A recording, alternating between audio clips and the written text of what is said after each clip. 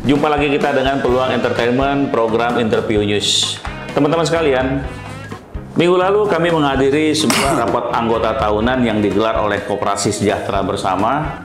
Ini adalah paripurna koperasi yang ke-16 yang dilangsungkan di kantor pusat koperasi ini, dan kita melihat di sana dihadiri oleh banyak pejabat, baik dari Kementerian Koperasi, antara lain seperti Deputi Perkoperasian Bapak Ahmad Jabadi, kemudian ada staf ahli Bapak Prajarto, kemudian juga ada Dinas Koperasi Bogor dan juga Asisten Perekonomian Koperasi Bogor. Ini RAT yang berlangsung hibrid karena dari 200 yang hadir secara offline juga dihadiri puluhan ribu anggota Koperasi Sejahtera Bersama yang tersebar di 44 kantor cabang dan 21 kantor cabang pembantu di 6 provinsi. Tidak ada kesan bahwa koperasi ini seperti yang sering kami baca, punya masalah, kemudian ada gagal bayar. Ini istilah yang sebenarnya tidak terjadi di koperasi ya, karena koperasi itu adalah milik anggota dan modalnya dari anggota untuk anggota. Pada kesempatan ini di studio kami sudah hadir tokoh yang saya kira bisa memberikan penjelasan apa dan bagaimana KSP Sejahtera Bersama yang belakang menjadi trending topik di beberapa media massa maupun di WhatsApp. Selamat siang Pak Iwan. Selamat siang Pak Irsad. Beliau adalah salah seorang pendiri dan inisiator Pak Iwan ya, dan sekarang menjabat atau sekarang tugasnya ngawasin Koperasi Sejahtera Bersama. Sebagai orang luar dari manajemen, Bapak melihat perkembangan ini dengan harap-harap cemas kali ya Pak ya. Betul. Karena terus menghadapi ujian yang berat, tetapi kami melihat hadirnya sejumlah pejabat kemarin di RAT itu menunjukkan bahwa sebenarnya nggak ada apa-apa sih dengan KSP Sejahtera Bersama. Malah saya lihat juga anggotanya begitu bersemangat dengan tagline Rebound and Rebound. Lahir kembali dan mesti mantul gitu ya. Gimana Pak ceritanya nih? Saya sih masih sangat optimis bahwa KSP-SP ini bisa bangkit kembali dan bisa seperti kembali kepada sedia kala.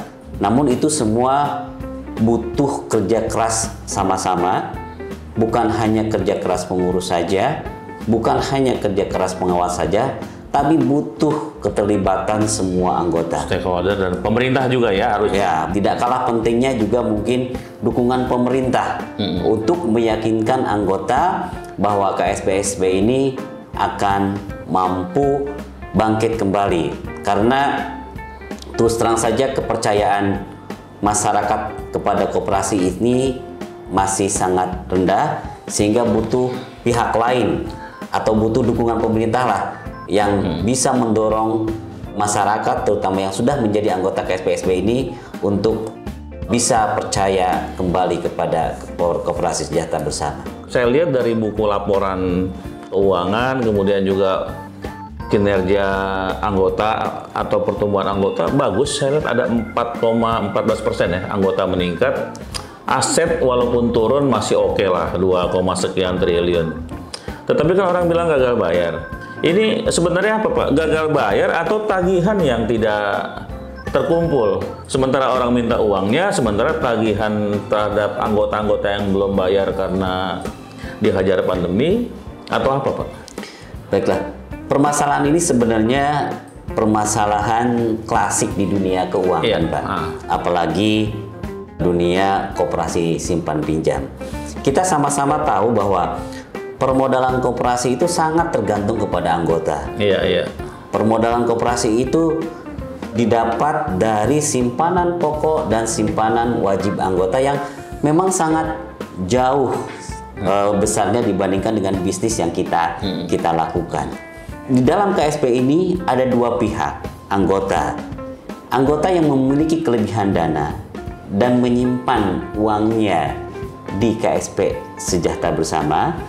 Dan kemudian ada lagi anggota yang memang sangat membutuhkan dana itu untuk berjalannya usaha. Nah, anggota kita tuh lebih banyak sebenarnya adalah yang menerima pinjaman daripada KSP Sejahtera Bersama. Kita ketahui bahwa dana yang dihimpun dari anggota itu kita salurkan dalam bentuk pinjaman. Anggaplah 70% dari pinjaman itu kita salurkan. Long term. Rata-rata 3-5 tahun. Iya. Nah, kalau kita salurkan untuk selama 3-5 tahun itu, berarti pengembalian pokoknya itu kurang lebih sekitar 3%. Iya. Kalau ditambah misalnya tagihan kita hanya 80%, ya berarti 2,5%. Iya. Kemudian kita mendapatkan jasa dari itu sekitar 1,5%. Iya. Ya anggaplah misalnya tertagihnya juga hanya 90%. Jadi kurang lebih 5% lah yang bisa tertagih kita setiap saat. Kemudian ditambah cadangan kita maksimal berdasarkan penilaian kesehatan itu, kalau kita ingin sehat, berdasarkan tidak boleh lebih dari 5%. Berarti hanya sekitar di bawah 10% uang cadangan kita yang setiap bulan kita bisa himpun daripada mereka. Nah, apabila ada anggota tiba-tiba ingin mencairkan dananya seketika beramai-ramai lebih dari 5%, ya kita tentunya dari segi likuiditas kita tidak akan sanggup melakukan pembayarannya dari perhitungan seperti itu. Jangankan KSB, bank juga nggak sanggup Pak ya? Saya kira semua dunia keuangan seperti itu Pak. Bahkan terus terang saja sejak akhir 2019 sampai dengan awal 2020, kita semua mengetahuinya persoalan yang dialami oleh dunia keuangan pada khususnya. Ada beberapa asuransi yang gagal bayar. Kemudian ada juga beberapa koperasi. Keadaan itu terus terang saja sangat mempengaruhi anggota kita yang memiliki simpanan di kita. Sehingga mereka merasa khawatir. Dan akhirnya karena kekhawatiran itu, akhirnya mereka menyamakan kita dengan mereka, dan akhirnya mereka berbondong-bondong juga untuk mencairkan itu. Nah, karena awalnya likuiditas kita juga di pinjaman itu bagus, sehingga pencairan itu bisa kita tangani mulai dari Desember, Januari, Februari sampai dengan Maret. Kemudian dibantu juga oleh new business. Tentunya kan likuiditas akan semakin baik terus. Nah, begitu bulan April terjadilah pandemi. Kemudian di akhir Maret itu ada pengumuman dari pemerintah bahwa masyarakat diperkenankan untuk tidak membayar, menunda pembayaran. Nah, ini bukan menunda lagi, terhentilah pendapatan kita saat itu, angsong gitu benar-benar. Begitu PSBB diberlakukan, menurut keterangan dari pengurus adalah kita tidak sama sekali tidak bisa menagih Pak. Walaupun kita bisa bertemu dengan anggota bilang kan ada pengumuman nih dari pemerintah tidak boleh, tidak perlu membayar dulu. Sehingga kecil sekali dari simpanan. Kemudian di bagian lain anggota yang memiliki ingin mencairkan karena kekhawatiran dan segala macam pandemik dan segala macam berbagai alasan. Kemudian di satu pihak new business tidak ada juga. Nah, begitu satu tidak terpenuhi, akhirnya cerita ke yang lain, kita bilang akhirnya semualah meminta, yang belum jatuh tempo meminta, akhirnya ya terjadi laras yang memang kita agak sulit menangani hal. Pak Iwan, saya tidak ingin mengatakan ada yang tidak peduli dengan perkoperasian, cuman kalau saya amati apa yang terjadi di KSPSB, ini kan persoalan yang Bapak katakan tadi, ini umum di dunia keuangan. Tetapi yang saya lihat juga bahwa KSPSB ini kan terkena efek domino ya. Ketika ada satu koperasi gagal bayar, kemudian kebetulan koperasi itu koperasi juragan Pak. Jadi ketika gagal bayar dia pasang badan, nyerah, tangkap aja nggak apa-apa. Nah, ketika itu berimbas kepada KSB, di mana Anda semua adalah pribumi, nggak mungkin kabur juga, akhirnya dihadapin aja gitu. Kemudian menjurus kepada RAS. Ya, kalau bank di RAS jangankan koperasi ya, apalagi KSB yang baru ranking 7 besar di Indonesia gitu. Ranking 1 juga saya kira juga kelepek-kelepek. Nah, ini ada orang ngambil uangnya dalam tempo singkat, ada tagihan yang harus menunggu jangka panjang. Betul, rata-rata sehingga 90% di restuck. Masyarakat nggak mau tahu ini. Nggak mau tahu. Nggak mau tahu. Dan mereka bilang kan, salah sendiri, kenapa kalian nggak siapin dana? Salah lagi. Koperasi kok nyiapin dana, anggota mestinya nyiapin dananya. Dan anggota nggak ambil uangnya mestinya. Sependek pengetahuan saya kan koperasi itu semua modalnya dari anggota. Bagaimana Bapak merekrut anggota ini dan meyakinkan kepada mereka supaya tidak diambil dong uangnya? Kalau diambil ya bubar. Karena koperasi itu modalnya bukan dari pihak lain. apalagi ada LPS segala, nggak ada di koperasi, keyakinannya pada anggota. Nah, Bapak gimana nih meyakinkan anggota nih? Kami sudah berusaha meyakinkan anggota dengan kami meminta penundaan perpanjangan secara otomatis. Memang sih kami akui ada mismatch di situ, Pak Irsan. Simpanan berjangka rata-rata berjarak 6 bulan, 1 tahun. Sementara pinjamannya itu adalah 3 tahun sampai 5 tahun gitu, sehingga ada mismatch di situ. Makanya kami meminta perpanjangan otomatis sehingga bisa menyesuaikan dengan pinjamannya. Nah, namun karena koperasi kita itu adalah koperasi besar, nah ini resikonya, ternyata koperasi besar itu resikonya di sini. Bebannya. Gengsinya tinggi. Betul. Nah, kita memiliki anggota 180.000 orang. Nah, ketika hanya 5% saja anggota tidak setuju, bayangkan 180.000 dari 9.000. Ya, walaupun cuma 5% tetap riuh gitu kan. 5%. Kalau 5% itu demo, nggak bisa dibilang cuma 5%. Kalau angkanya kan 9.000. Ada 9.000 orang. Ketutup Kota Bogor ya? Iya, ketutup. Ada 9.000 orang. Jadi bukan 5% yang padahal cuma 5%. Padahal cuma 5%. Ada 9.000 orang. Jadi tentunya tidak semua anggota kan tidak bisa menerima itu semuanya. Jadi ada anggota-anggota yang tidak setuju, ya itu kan hak dari semua warga negara. Makanya kita sekarang agak kesulitan dengan itu. Ada anggota yang kemudian menggugat kita di Pengadilan Negeri PKPU, Pengadilan Negeri Niaga, kemudian ada yang melaporkan kita ke polisi dan sebagainya. Nah, sebenarnya seperti kata Pak Irsan, kalau keinginan pengurus, Pak, sebenarnya kalau keinginan pribadi, betul, ketika anggota mengajukan gugatan ke PKPU, kita pengennya menyudahi saja, sudah aja, pilot aja, sudah selesai. Silahkan eksekusi, aset kita dikelola oleh kurator. Nah, kita tinggal menghadapi tuntutan-tuntutan yang lainnya. Kita lebih ringan menghadapi satu tuntutan. Tapi kan kita punya obligation moral gitu kan. Kita tidak ingin di situ. Kita masih menginginkan KSB ini tetap bisa berjalan. Kita masih menginginkan bahwa kita selaku pengurus dan selaku pengawas bertanggung jawab terhadap dana itu. Dan kita ingin berusaha mengembalikan dana itu. Gitu. Akhirnya kita berusaha berjuang bagaimanapun juga untuk tidak pilot. Ada 6 kali gugatan dari anggota di PKPU. 6 kalinya semuanya kita bisa patahkan. 2 kali dari akhirnya nggak entah bagaimana ceritanya, akhirnya bukan anggota lagi yang mengajukan. Akhirnya dari outsourcing ya, mungkin saya nggak tahu idenya dari mana.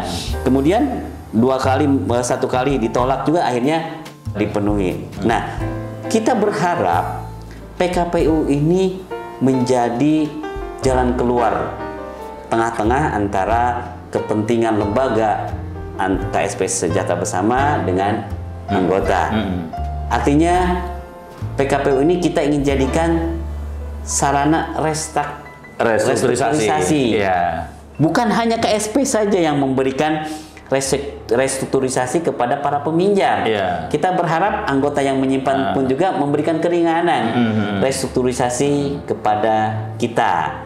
Nah, itulah harapan kita. Tapi kan Bapak sudah kumpulin beberapa anggota, ya jumlahnya memang cukup banyak ya. Kalau yang 5% 9.000 dikumpulin juga udah diyakinkan dengan mereka nggak Pak bahwa koperasi itu adalah menganut ajas yang disebut dual identity, Anda pemilik sekaligus pengguna jasa koperasi. Dan rasanya agak aneh di dunia ini ada anggotanya atau pemilik menuntut uangnya sendiri di kantornya sendiri gitu. Itu udah disampaikan seperti itu. Nah, kita sudah berusaha Pak Irsan melakukan pendidikan anggota. Bahkan kita sudah menugaskan para penyuluh kita yang dikenal dengan mitra pemasaran kita. Sebenarnya mitra pemasaran kita tuh bukan hanya bertugas untuk merekrut anggota saja, tetapi dia juga melakukan pendidikan kepada anggota bahwa anggota itu selain dari pengguna jasa juga sebagai pemilik dari koperasi tersebut. Nah, ya mungkin ya gini Pak, biasanya kan manusiawi sekali lah Pak Irsyad. Ketika kita untung, kita sama-sama koperasi itu bisa memberikan kontribusi, ya mereka menyadari bahwa mereka anggota. Tetapi ketika ada hal-hal yang tidak sesuai dengan keinginan mereka, ya mereka menganggap bahwa mereka bukan bagian daripada itu, gitu kan. Itu manusia sekali, gitu kan. Ya kami sebenarnya sudah berusaha, namun ya seperti tadi, karena KSPSP ini adalah koperasi besar, kan tidak mungkin kami memuaskan semua pihak, Pak. Pasti ada saja pihak-pihak yang memang kurang puas. Itu hal yang biasa yang harus kami perjuangkan, bagaimana kami bisa meyakinkan dengan 180.000 itu nggak semuanya bisa, tapi Bapak akan berusaha untuk menegaskan komitmen itu. Iya, betul. Karena juga kalau saya lihat, saya harus angkat topi juga dengan Anda ini, karena di catatan saya ini di tengah pandemi ini ada 4 koperasi besar yang masuk program PKPU. Kayaknya yang 3 itu kelepek-kelepek lempar topi, dan kalau saya lihat memang mereka wajar lempar topi karena memang tadi karena rata-rata beternak uang. Nah kalau KSB saya lihat Anda pribumi gitu. Jadi saya nggak ingin mengatakan non pri nggak bagus, nggak, tapi Anda kayak pribumi dan nggak bisa kabur gitu. Bukan dari itu, awal gitu ya. Bukan, kami ingin berjuang dulu, Pak. Anda ingin berjuang ya, bukan karena pribumi. Bukan karena pribumi. Kami ingin berjuang dulu, Pak. Bahwa kami mendirikan, sekali lagi kami mendirikan koperasi ini dengan niat di awal bukan untuk kemplang, bukan untuk menimbulkan. Gini lah, mau tidak mau, suka tidak suka ya, koperasi ini kan sebenarnya suatu lembaga keuangan yang berjasa sebenarnya bagi masyarakat, Pak.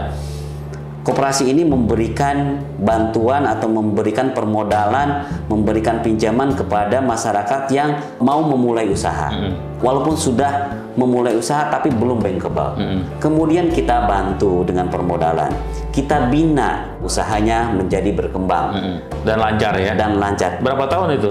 Itu sudah 16 tahun, Pak, kita lakukan. Sudah 16 tahun? Sudah 16 lakukan. Tiba-tiba ada hujan sedikit, langsung dihujat habis-habisan? Betul. Sudah 16 tahun, Pak. Nah sekarang saya tanya kepada Bapak, kalau orang itu sudah bagus, usahanya sudah lancar, kira-kira pinjam lagi nggak ke koperasi? Oh iya dong. Ya ternyata tidak. Nggak kabur biasanya. Ternyata karena tidak. Ada yang ngerayu. Karena ada yang bisa memberikan permodalan jauh lebih murah. Dan itu ada program pemerintah. Akhirnya mereka biasanya ketika usahanya sudah bagus, sudah memiliki aset, sudah memiliki kriteria, akhirnya mereka pinjam ke bank dengan program KUR. Yang jasanya jauh, Pak, karena memang disubsidi oleh APBN. Itu program pemerintah ya, Pak ya? Program pemerintah. Yang jauh jasanya, yang jauh jasanya lebih daripada kami. Akhirnya kepada kami itu mereka jadi penyimpan yang ala kadarnya, dan mungkin hanya pinjaman yang konsumtif, yang karena permodalannya sudah dipenuhi itu. Jadi kalau istilah kasarnya kita ini koperasi menjadi ujung tombak dan ujung pembuka jalan, jadi diambil oleh tapi itu nggak apa-apa.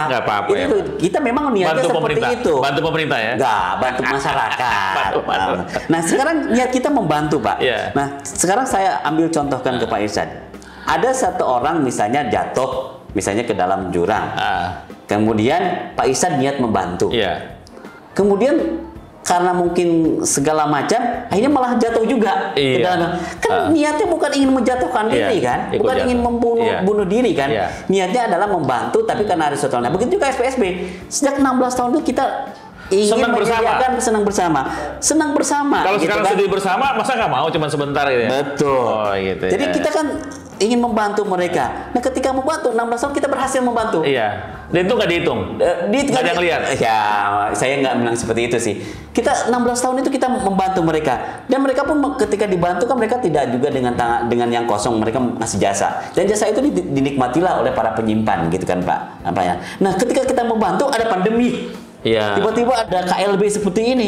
Dan kita ikut jatuh. Nah berarti kan kita tidak niat untuk jatuh, kita tidak untuk menipu. Memang kita ini jatuh bersama. Nah, kalau memang sih saya berharap kepada anggota tidak sengsara bersama lah, tidak. Kan prihatin bersama. Nah, prihatin bersama, kita berjuang bersama supaya kita bisa kembali menjadi sejahtera bersama lagi. Saya menyadari juga ternyata kita cuman koperasi itu kan trailblazer. Pembuka jalan, tiba-tiba ada KUR, ada Mekar, ada yang lain, yang lebih rendah. Jauh. Bonyok gitu. Ya memang sih ternyata KSPSP ini ya jangan besar saja. Kalau besar itu berat. Kenapa? Infrastruktur regulasinya belum kuat. Belum ada. Tidak sekuat perbankan. Iya. Tidak ada GWW. Contohnya di perbankan itu kalau kesulitan, AR itu diambil sama BI, Pak. Iya. Dibeli sama BI. Tapi bukannya tanpa planning, Pak. Ke depan kira-kira apa kira-kira yang akan disampaikan oleh Anda sendiri atau Ya. mewakili KSB walaupun bukan di level operasional ya, Bapak kan pengawas. Ya, berdasarkan program kerja yang kemarin pengurus dan pengawas ya, kita itu modal utama kita adalah anggota, Pak. Modal utama itu adalah kepercayaan anggota. Jadi kita akan berusaha mengembalikan kepercayaan itu dari anggota. Jadi dulu pun kita ketika mendirikan koperasi ini bermodalkan dari anggota dan kita tidak punya apa-apa juga. Kita akuilah tidak punya apa-apa. Yang membuat KSBSB ini besar pada anggota. Jadi terus terang saja program kita sekarang utamanya adalah bagaimana meyakinkan anggota. Kita akan likuidasi aset, kita akan likuidasi usaha-usaha kita sehingga itu bisa menjadi uang secepatnya dan kita akan kembalikan dulu kepada anggota. Nah setelah itu ya terserah anggota apakah KSB ini mau bangkit lebih besar lagi, tadi rebound atau kalau perlu rebound dulu lah, kita lahir kembali dan seperti dulu nggak apa-apa, Pak. Nah, sampai kita menata kembali bagaimana bisa rebound lagi. Itulah. Rebound and rebound ya. Nah, rebound and rebound. Nanti lah ya. Betul. Ya, seperti itu mungkin, Pak. Baik teman-teman, tadi kita sudah berbincang dengan Pak Iwan Setiawan, pengawas KSP Sejahtera Bersama, dan beliau inisiator yang terus berkiprah untuk perkoperasian. Kita akan jumpa lagi dengan koperasi lain tentunya, tapi bukan koperasi-koperasi yang gagal bayar ya. Ini ntar gagal bayar lagi, bukan. Ini adalah koperasi yang terkena imbas pandemi. Dan Pak Iwan dengan teman-temannya membuktikan bahwa kami eksis dan kami ingin rebound and rebound. Kita jumpa lagi. Terima kasih. Assalamualaikum warahmatullahi wabarakatuh.